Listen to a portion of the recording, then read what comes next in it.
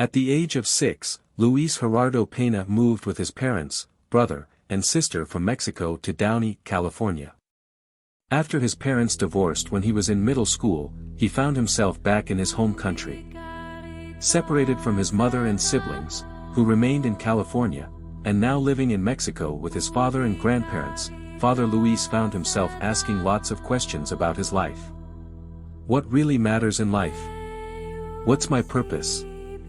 He didn't find the answers that night, but what he did find was his pastor and his pastor's library. I remember just going to that library most evenings and just checking out books. It was just really enriching for me, and it was a hook. It was a hook that kept drawing me in. Soon, Father Luis was a lector. Then an usher. Then an altar server. It was a huge jump from where he started.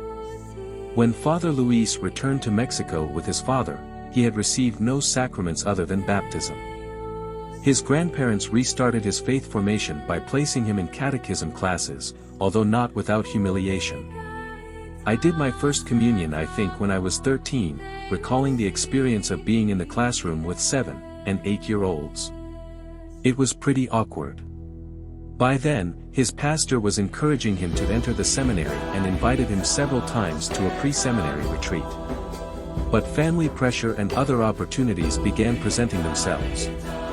In his last year of high school, while his classmates were applying to universities, his family was asking him what was next.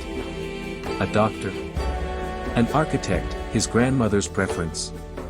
The Navy? I like the ships, I like the uniform, I like the ocean.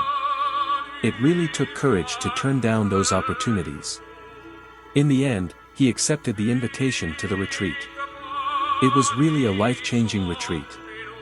It kind of solidified the questions that I had within me, and it provided me with a space and friends that would accompany me and my discernment. He entered the seminary in Guadalajara right out of high school when he was 17, but a year later, life threw him yet another twist. Violence, tension, and insecurity began affecting his family in Mexico, and it was decided that Father Luis should move again to California to reunite with his mother and siblings. Thankfully, St. John's Seminary in Camarillo welcomed him. "It's been quite a gift," Father Luis said. "Besides welcoming him and helping nurture his vocation, the time has also challenged me to grow and just go beyond my limitations or my areas of comfort." As he prepared to become a priest, Father knows what kind of church he wants to bring to his flock after reading Spanish priest and author José Luis Martín Descalzo. "I started to read and it painted an image of a church, like a young church, an open church," Father Luis said. "One that was kind of depicted by Pope Francis, open arms, that embraces, that touches a world that is not scared to engage the world. And that was the image of the church that I fell in love with." But he knows there are minds and hearts not yet willing to give the church the benefit of the doubt. For those, he has faith. So many people out there have been brought up with prejudices or false labels, or have experienced a negative aspect of the church or a church leader, Father Luis said. And I've been discouraged by that. But there's so much more richness that lies behind that.